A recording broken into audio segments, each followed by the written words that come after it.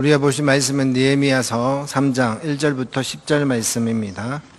느헤미야 3장 1절부터 10절 말씀, 구약 성경 729쪽 정도에 있습니다. 느헤미야서 3장 1절부터 10절 말씀 우리 함께 교독하겠습니다. 그때 대제사장 엘리야십이 그의 형제 제사장들과 함께 일어나 양문을 건축하여 성별하고 문짝을 달고 또 성벽을 건축하여 한메야 망대에서부터 하나넬 망대까지 성별하였고,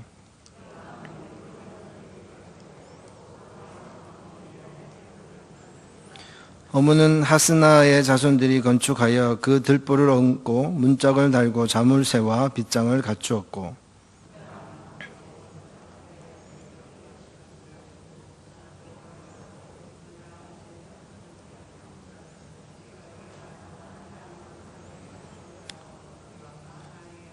그 다음은 드고아의 사람이 중수하였으나 귀족들은 그들의 주인들의 공사를 부담하지 아니하였으며,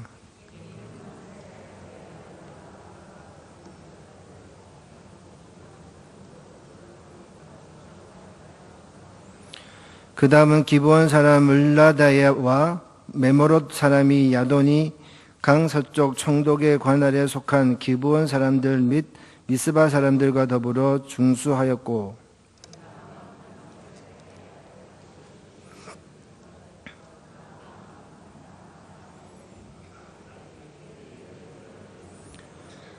그 다음은 예루살렘 지방의 절반을 다스리는 후리의 아들 르바야가 중수하였고, 그 다음은 하루맙의 아들 여다야가 자기 집과 마주대한 곳을 중수하였고, 그 다음은 하삼리아의 아들 핫두스가 중수하였고. 아멘. 잠시 광고 올려드리겠습니다. 우리 박영희 선교사님 안식년차 지금 한국에 들어와 있습니다. 5개월 정도 계실 건데 우리 박영희 선교사님의 가정과 사역을 위하여 함께 기도해 주셨으면 감사하겠습니다. 여름사역을 위하여 기도해 주십시오. 우리 청소년부 여름사역과 유초동부 여름사역, 그리고 싱글목장 여름사역이 진행되고 있습니다. 하나님께서 은혜를 더하여 주셔서 우리가 지금 코로나로 인하여 조금 축소하여서 진행되고 있지만 그 안에서 하나님께서 역사하시면 은혜가 임할 수 있도록 기도해 주시기 바랍니다. 우리 오늘 예배와 드려진 예물을 위하여 기도하겠습니다. 하나님 아버지 감사합니다. 주님께서 은혜를 더하여 주셔서 오직 주님의 말씀과 주님의 뜻 안에 바로 서게 하여 주심에 감사합니다. 우리 이전에 주님께서 불러주셔서 주님께 찬양과 예배와 경배를 드리게 하심에 감사합니다. 오직 주님의 말씀을 따라 살아가기 원하오니 하나님께서 인도하여 주옵소서. 구별된 손길이 있습니다. 목장을 위하여 드려진 손길, 그리고 자녀의 앞길을 구른 기둥과 불기둥을 지켜주시며 사업장을 주님께서 쓰임받기를 원하는 손길, 그리고 자녀가 하나님의 경외하며 믿음의 배우자를 만날 수 있도록 드려진 손길이 있사오니 하나님께서 이들의 기도를 들어주셔서 하나님의 신령한 복으로 체험받는 주님의 복된 자들 될 수 있도록 도와주옵소서. 이 시간을 온전히 주님 앞에 맡깁니다. 하나님께서 인도하여 주시고 은혜를 더하여 주셔서 하나님의 은혜가 풍성한 주님의 시간 될 수 있도록 도와주시옵소서. 모든 말씀 예수님의 이름으로 기도합나이다. 아멘. 원래 오늘 말씀은 32절까지 다 읽어야 되는데 시간상 제가 10절까지만 읽었습니다. 여러분은 이 단디라는 단어를 많이 들어보셨습니까? 단디 하면 어떤 것이 생각이 나십니까? 뭔가 마음에 들지 않을 때, 그죠? 뭔가 좀 잘 했으면 좋을 때에 이 단디라는 단어를 쓰게 됩니다.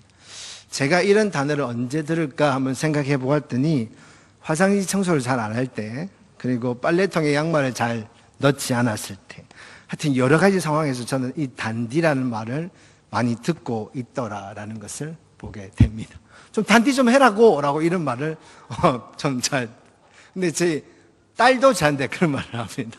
그래서 라는 생각이 들지만, 근데 이 단디라는 이 말이 우리 일상에서도 많이 듣지만 우리 어떤 일을 준비할 때도 이 단디라는 이 단어를 많이 쓰고 있습니다. 이 단디라는 것은 확실히 그리고 잘 하라는 뜻으로 우리는 사용되고 있지요.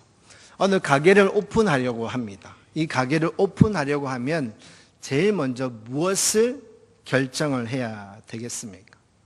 제일 중요한 것은 무엇을 팔지를 먼저 정해야 되겠지요. 근데 무엇을 팔지를 정해야 되는데 그것을 정하기 위해서 더 중요한 것이 있습니다.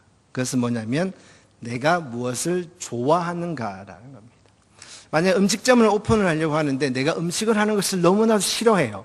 그러면 음식점을 해서 되겠습니까? 안 되겠습니까? 절대로 안 됩니다.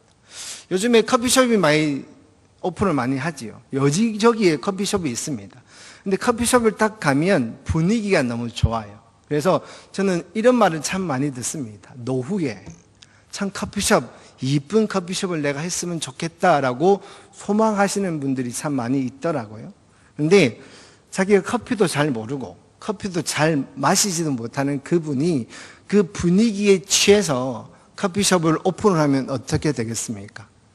절대로 안 됩니다. 그런 분들은 그냥 좋은 곳을 찾아다니는 것이 더 유익일 줄 믿습니다. 내가 무엇을 하기를 결정을 했다면 이제는 무엇을 결정을 해야 되겠습니까? 장소를 결정을 해야 됩니다. 근데 장소를 결정할 때 제일 많이 생각하는 것은 싼 것을 생각을 하지요. 근데 무조건 싼 것이 좋을까요? 가격도 중요합니다. 그런데 그 물건을 팔기 위해서 그 물건이 잘 팔리는 곳에 가게를 얻어야 합니다. 제가 옷을 사러 갈 때 제일 먼저 보는 것이 있습니다. 뭘까요? 제 스타일을 제일 먼저 보겠지요. 그죠? 저는 제일 먼저 가격을 봅니다. 그래서 비싸면 절대로 안 삽니다. 근데 싼 거라서 사면 또 제 마음에 안 들어서 잘 입지를 않습니다. 그래서 저는 옷을 잘 안 삽니다. 근데 참다 저희 아내가 보다 못해서 저한테 몇 개를 사줍니다. 근데 그때도 가격대가 잘 안 맞으면 잘 안 삽니다. 이렇듯 우리가 옷을 살 때도 가격대를 보고 사면 내 마음에 안 들어서 못 입을 때가 참 많이 있는데 내 미래를 투자를 해야 되고 내 미래를 어떻게 보면 결정을 해야 되는 이 가게를 오픈하는 데 있어서 무조건 싼 가격만 생각해서 되겠습니까? 그렇게 하면 후회하기 딱 좋은 것입니다. 이렇게 가게를 일단은 결정이 되면 이제는 무엇을 결정을 해야 됩니까? 이제는 인테리어를 해야 됩니다. 인테리어 정말 힘듭니다. 인테리어 하는 것을 보면 분위기는 뒤처지지 않고 유행을 타지 않으며 세련되게 하는 것이 좋은 인테리어입니다. 참 어렵습니다. 그렇죠? 그런데 이렇게 단디하지 않으면 어떻게 됩니까? 또 뜯고 다시 해야 됩니다. 지금 이 서울상교회가 한 10몇 년 되었지요. 그런데 여전히 이런 세련됨을 자랑할 수 있는 것은 정말 분위기에 뒤처지지 않으며 유행을 타지 않고 세련되게 지었기 때문에 이 10몇 년을 흘러가도 이런 좋은 분위기를 창출해 나갈 수 있는 거지요. 이제 인테리어가 끝났으면 뭘 해야 됩니까? 이제는 집기를 넣어야 되고 이제는 홍보를 하려고 노력을 해야 되고 그래서 오픈 날짜가 다 오게 되면 이제 홍보에 필요한 행사에 필요한 준비까지 만반의 준비를 하고 오픈을 딱 하게 되면 그렇게 준비를 해도 오픈 날이 되면 부족한 것이 한두 개가 아닌 것을 보게 됩니다. 가게 하나를 오픈하는데 이렇게 단디 준비해도 부족한 것이 많은데 하나님의 사역은 어떻게 해야 되겠습니까? 더 단디해야 될 것입니다. 왜일까요? 그것은 하나님의 사역이기 때문입니다. 제가 한번 여쭤보겠습니다. 지금 우리가 하는 하나님의 사역을 회사에서 하는 것과 똑같이 한다면 우리가 지금 하나님의 사역을 하는 이 모습으로 회사 일에 그대로 한다면 우리의 모습은 어떨까요?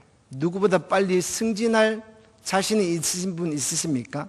아니면 내 자리가 언제 없어질지 모르는 불안 속에 있으신 분이 있으십니까? 우리의 삶을 보면 우리의 삶에는 누구보다 열정적이고 누구보다 철저하게 한마디로 단디 준비하는 사람들이 참 많이 있는데 그렇게 하는 이유를 물어보면 실패하면 안 된다는 생각으로 그렇게 열심히 준비를 합니다. 그런데 안타깝게도 하나님의 사역은 그렇게 단디하지 않습니다. 그렇게 열심히 하지 않습니다. 그렇게 완벽하게 하지 않습니다. 이유를 물어보죠. 왜 그렇게 합니까? 이것은 우리의 일이 아닙니다 라고 생각하는 사람들이 많다라는 겁니다. 하나님의 백성으로 하나님의 사역을 감당하는 우리가 우리의 삶을 살아갈 때는 누구에게도 뒤처지지 않게 열정을 다해 열심을 다하고 있는데, 하나님의 백성을 살아가는 우리가 하나님의 사역에는 누구보다 더 뒤처지게, 누구보다 더 많이 하지 않으려고 노력하는 우리의 모습을 보게 된다는 겁니다. 근데 이유가 그것이 우리의 일이 아니라는 겁니다. 이런 우리를 바라보는 하나님의 마음은 어떠실까요? 느헤미야가 성벽을 재건하기 위하여 예루살렘으로 돌아오게 됩니다. 그런데 현실은 정말 그가 생각하는 것보다 더 많은, 더 큰 일이 벌어지고 있습니다. 성벽은 무너져 있고 하나님을 하는 데 있어서 방해하는 사람들이 너무나도 많아서 그 하나님을 일을 하는 그 백성들을 비아냥거리고 그들을 업신여기며 백성들의 사기를 떨어뜨리고 있는 이런 상황에 무엇부터 손을 대어야 될지 모르는 너무나도 막막한 어려운 상황이 지금 느헤미야 앞에 펼쳐져 있는 겁니다. 까딱하면 성전 재건이고 무엇이고 물거품이 될 것이 분명한 그때에 느헤미야는 지금 하나님의 사역을 어떻게 해야 될지, 진짜 정말 단디 준비하지 않으면 이 모든 것이 허투루 돌아가지 않을까라는 그 불안감이 정말 드는 것이 지금 느헤미야의 상황이더라라는 겁니다. 그런데 이 느헤미야의 상황을 잘 따져보면 지금 우리가 맡고 있는 상황과 너무나도 비슷하더라라는 겁니다. 기독교의 위상이 떨어진 지 오래입니다. 기독교가 하는, 우리 그리스도인들이 하는 그 말은 세상 사람들은 듣지 않아요. 뿐만 아니라 차별금지법으로 인하여서 우리는 복음이 진리라고 말할 수 없는 세상을 살고 있습니다. 그리고 지금 코로나의 그 발생의 근원치가 교회라고 생각하여서 교회에서 모이기를 금지하는 것까지 오게 되었습니다. 이럴 때 우리가 하나님의 사역을 단디하지 않으면 지금까지 우리가 지켜왔던 하나님의 그 사역 또한 물거품이 될 수도 있다라는 겁니다. 정말 중요하고 중요한 때를 우리는 지금 살아가고 있습니다. 이때에 하나님께서 지금 느헤미야를 통해서 우리에게 말씀하고 있습니다. 우리가 무엇을 해야 되고 어떻게 해야 하나님의 사역을 건설하고 있고 하나님의 사역을 이어갈 수 있으며 하나님의 사역을 이룰 수 있는지 분명히 보여주고 있습니다. 느헤미야가 성벽을 재건함에 있어서 단디 해야 되는 첫 번째 무엇인가? 그것은 바로 협력하고 연합하는 겁니다. 예루살렘 성벽을 재건하는 데 있어서 그것이 결코 작은 일만은 아닙니다. 예루살렘 이 성벽은 무려 141년 동안 무너져 있는 상태로 방치되어 있었던 것이지요. 그래서 느헤미야가 지금 예루살렘에 와서 제일 큰 문제는 지금 성벽을 재건하는 것도 문제이지만 무너진 민심을 잡는 것이 더 큰 문제입니다. 민심이 바닥까지 쳐 있어요. 이제는 자신에게 그 어떤 희망도 그 어떤 소망도 없이 살아가고 있는 그들에게 힘을 주고 용기를 주어서 하나님의 말씀을 전하고 하나님의 뜻대로 하나님의 성벽을 재건합시다 라고 그들에게 말해야 되는데 어떻게 해야 될지 모르겠어요. 근데 제일 먼저 느헤미야가 했던 것은 뭐냐면 하나가 되는 겁니다. 연합을 이루는 것이지. 느헤미야 3장을 보면 성벽을 재건하는 내용이 나와야 되는데 제일 먼저 어떤 내용이 나오냐면 사람의 이름이 계속 나오고 있습니다. 이 말씀을 제일 먼저 보았을 때 참 난감했습니다. 어떻게 말씀을 전해야 되나? 성경 말씀에 보면 이런 이름이 나오는 데가 참 많이 있어요. 그럴 때마다 제일 난감한 것은 뭐냐면 이것을 어떻게 설명을 하고 어떻게 전해야 되고 이 안에 하나님의 그 의미, 하나님의 뜻은 무언가 이것을 찾기가 너무 힘들다라는 겁니다. 근데 하나님의 말씀은 1.1획도 다 허투루 쓰신 것이 없기에 이 안에도 하나님의 뜻이 있더라라는 겁니다. 하나님께서 이렇게 이름을 나열했던 것은 뭐냐면 이 하나님의 성벽, 예루살렘의 성벽을 재건하는 거 있어서 방법이 중요한 것이 아니라 사람이 중요하다라는 겁니다.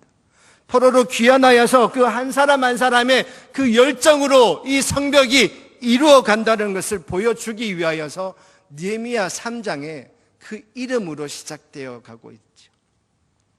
근데 그 느헤미야 3장 1절에 이렇게 말씀합니다. 대제사장 엘리야십이 그의 형제 제사장들과 함께 일어나 양문을 건축하여 라고 되어 있습니다.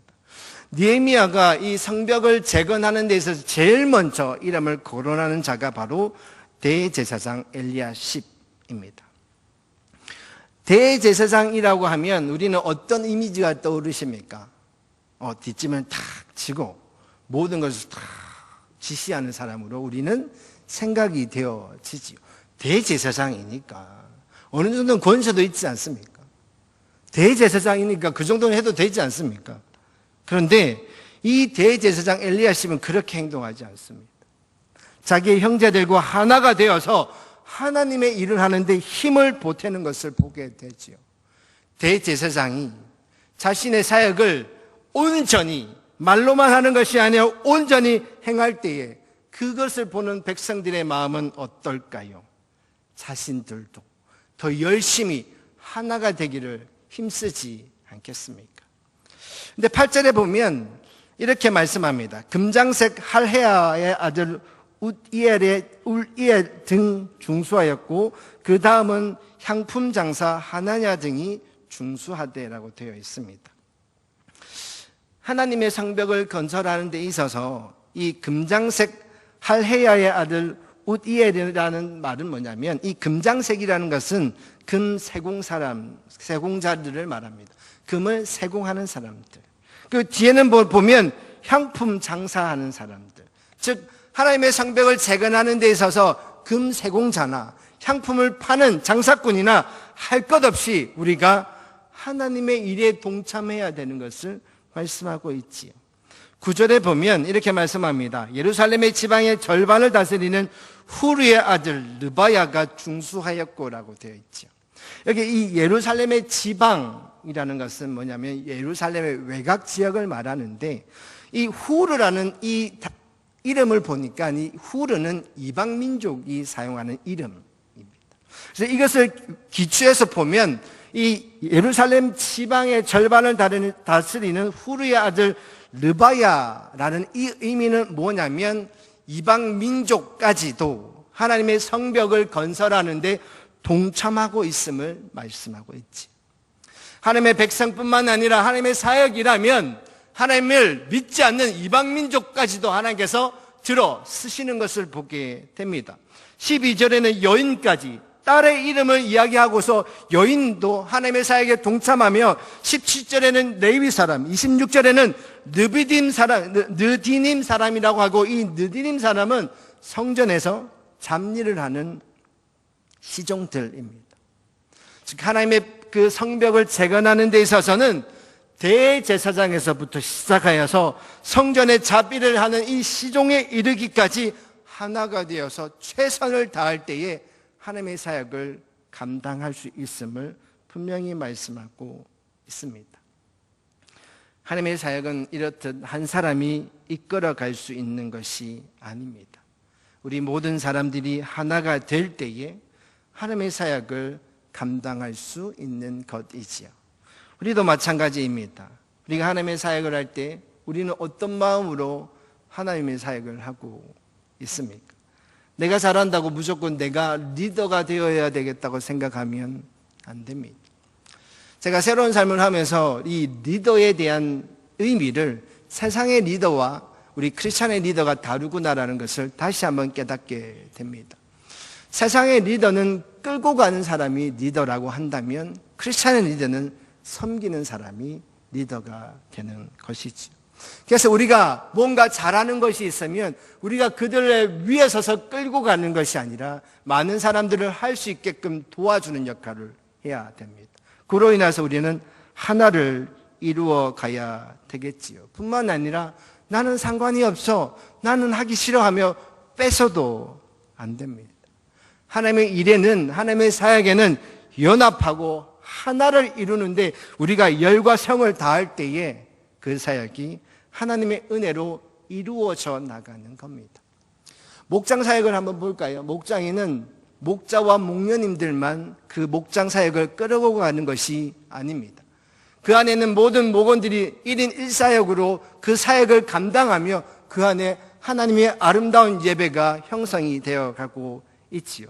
우리가 드려지는 연합 예배는 어떻습니까? 찬양과 안내와 식당과 차량과 주차와 주보와 열체크와 손소독과 반주와 모든 것이 하나가 될 때에 하나님께서 온전히 드려지는 거룩한 예배가 될 수 있는 겁니다. 전도를 할 때는 어떻습니까? 한 사람만 나가는 것이 아니라 우리 모두가 우리 주위에 있는 모든 자들에게 하나님의 말씀을 전할 때에 우리의 모두의 마음이 하나님의 말씀에 다 하나가 될 때에 그 하나님의 사역이 이루어지는 겁니다.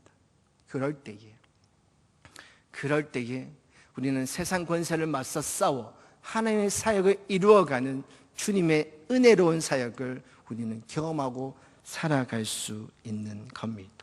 그래서 첫 번째 우리가 하나님의 뜻 안에서 우리가 세움받는 정말 하나님의 은혜를 누리기 위해서 첫 번째 우리가 이루어가야 되는 것은 뭐냐면 연합과 협력입니다. 두 번째는 뭐냐면 합리성과 편리성입니다. 일을 하는 데 있어서 무조건 열심히 하는 것만 좋은 것이 아닙니다. 열심히 하는 것보다 더 중요한 것은 뭐냐면 합리적이고 효과적으로 해야 합니다. 우리 속담에 이런 말이 있습니다. 무식하면 손발이 고생을 한다는 속담이 있습니다. 우리가 이런 합리적으로 그리고 편리성을 생각하지 않으면 열심히 하는데 아무런 효과를 보지 못할 때가 있습니다. 오늘 말씀해 보면 이 느헤미야가 얼마나 지혜로운지 또 한 번 깨닫게 됩니다. 1절에 보면 양문이 나옵니다. 그리고 28절에 보면 마문이 나옵니다. 이 양문은 왜 양문이냐면 양이 들고 난다고 해서 양문입니다.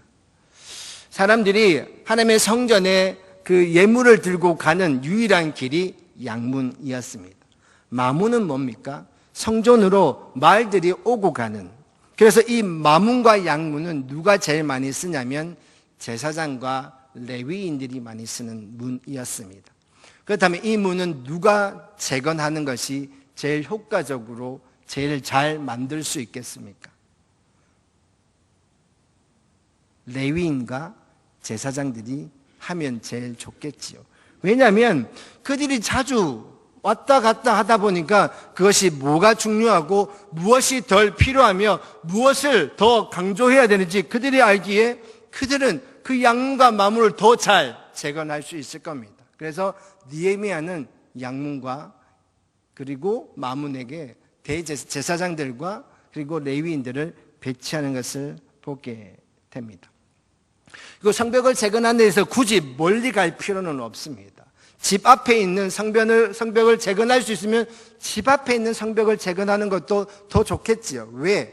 자신의 집을 지키는 성벽이기 때문에 얼마나 더 열심을 다하여 성벽을 재건하겠습니까?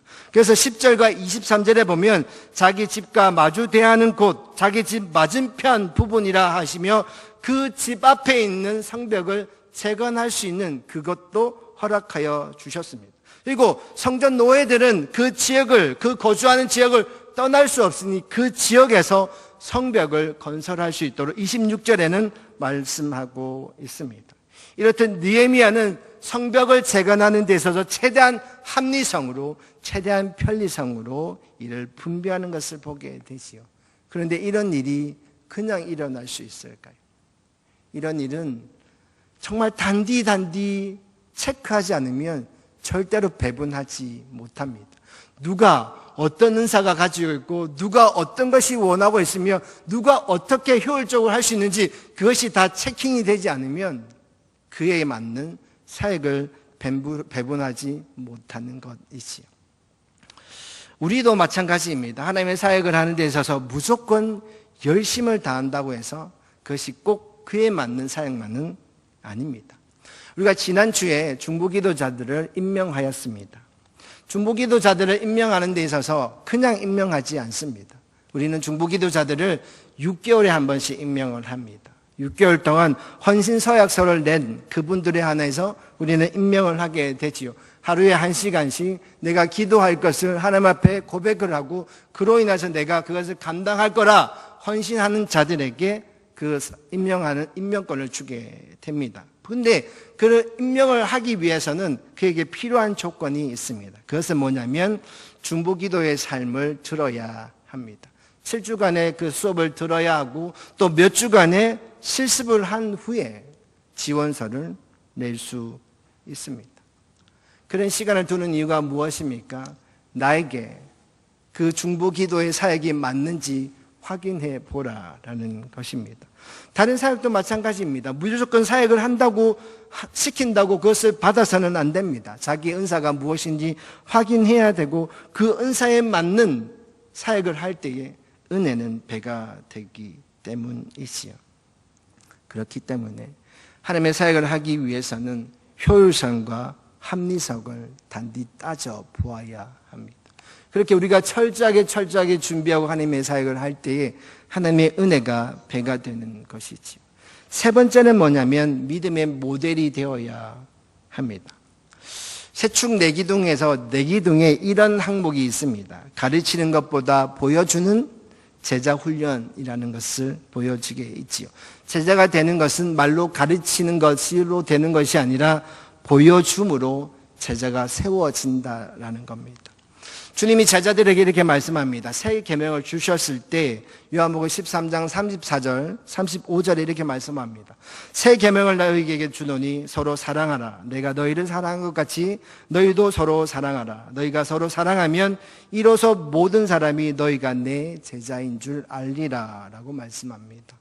예수님께서 제자들에게 말씀하시지요. 서로 사랑하라 하십니다. 그런데 서로 사랑하는 것을 어떻게 하라 하십니까? 내가 너희를 사랑한 것 같이 사랑하라 하십니다. 예수님께서는 제자들에게 그 롤 모델이 되어 주셨습니다. 사랑의 롤 모델이 되어 주시고 그 사랑으로 서로를 사랑하며 그로 인하여서 많은 자들이 그가 예수님의 제자임을 알게 하라 하십니다.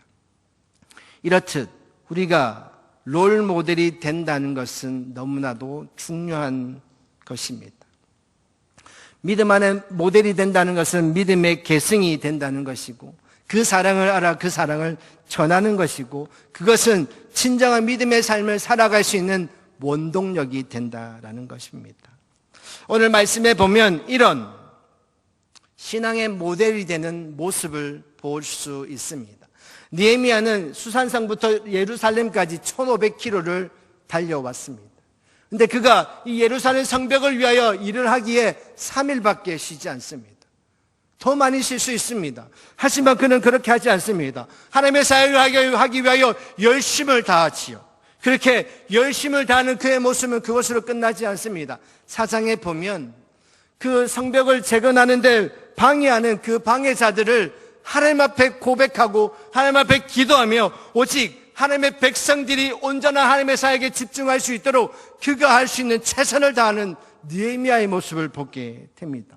리더의 이런 솔선수범의 모습을 통하여서 백성들은 어떤 마음이 들까요? 그 마음을, 그 모습을 본받으며 자기 또한 그렇게 살려고 노력할 겁니다.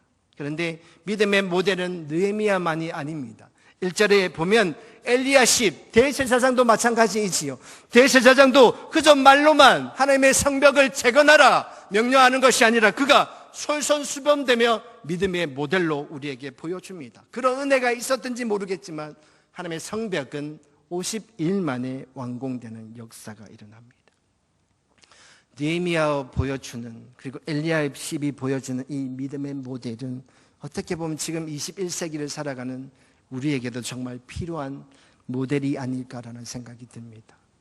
요즘 신앙을 볼 때 우리 다음 세대들이 무너져 간다는 말을 참 많이 듣게 되지요. 그런데 왜 그들이 무너지고 있다고 생각하십니까? 왜 그들이 지금 믿음에 바로 서지 못하고 지금 세상에 빠져서 그 믿음이 무너지는 삶을 살아간다고 생각하십니까? 그것은 바로 믿음의 모델이 없기 때문입니다. 누구를 따라가야 하는지, 누구를 본받아야 하는지, 누구의 말을 들어야 하는지 신앙의 모델이 없기에 가정에서도 교회에서도 하나님을 온전히 따라가라 말은 있지만 그 온전히 따라가는 모습이 보이지 않고 자신의 삶을 온전히 들여 하나님의 뜻대로 살아가는 그 믿음의 모습이 보이지 않으니 그가 누구를 따라갈지 몰라 세상에 무너지는 믿음의 세대들이 있음을 우리는 통탄해야 되는 것입니다. 우리가 정말 말로만 믿음으로 살아갑시다. 말로만 하나님을 의지합시다. 말로만 하나님을 강조하는 것이 아니라 삶으로 우리가 하나님을 진정으로 나의 자신을 산 제물로 드릴 때에 우리가 그것으로 믿음의 모델이 될 때에 우리 다음 세대들은 다시금 일어설 것입니다. 하나님의 사역을 원리는 그런 겁니다. 확실히 해야 합니다. 단디해야 합니다. 그냥 주먹국으로 하면 안 됩니다. 하나님이 알아서 하시겠지. 아무런 계획 없이 그냥 시간만 보내서 하나님의 사역이 이루어지는 것은 아닙니다. 그냥 주일에 나와서 예배만 드린다고 하나님의 사역이 이루어지는 것이 아닙니다. 하나님의 사역은 우리가 솔선수범으로 믿음의 롤 모델이 될 때에 효과적으로 은사에 맞는 주님의 사역을 감당할 때에 우리 모두가 하나가 될 때에 그로 인해서 우리가 최선을 다할 때에 우리가 그 하나님의 사역을 위하여 우리의 모든 것을 다 드릴 때에 그 하나님의 사역은 이루어지는 것입니다. 우리는 지금 무엇을 위하여 어떤 삶을 살아가고 있습니까? 하나님께서 우리에게 말씀합니다. 단디해라. 하나님의 말씀에 집중해라. 솔선수범해라. 하나가 되어라. 하나님의 말씀을 효과적으로 효율적으로 온전히 너의 은사에 맞게끔 하나님 앞에 충성을 하여라. 우리에게 명령하고 있습니다. 그 명령을 그저 그냥 넘어가는 것이 아니라 우리가 할 수 있는 최선을 다하여서 주님의 사역을 이루어가는 저와 여러분이 되기를 축복합니다. 우리 이 시간 말씀을 생각하며 잠시 기도하기를 원합니다. 하나님, 내가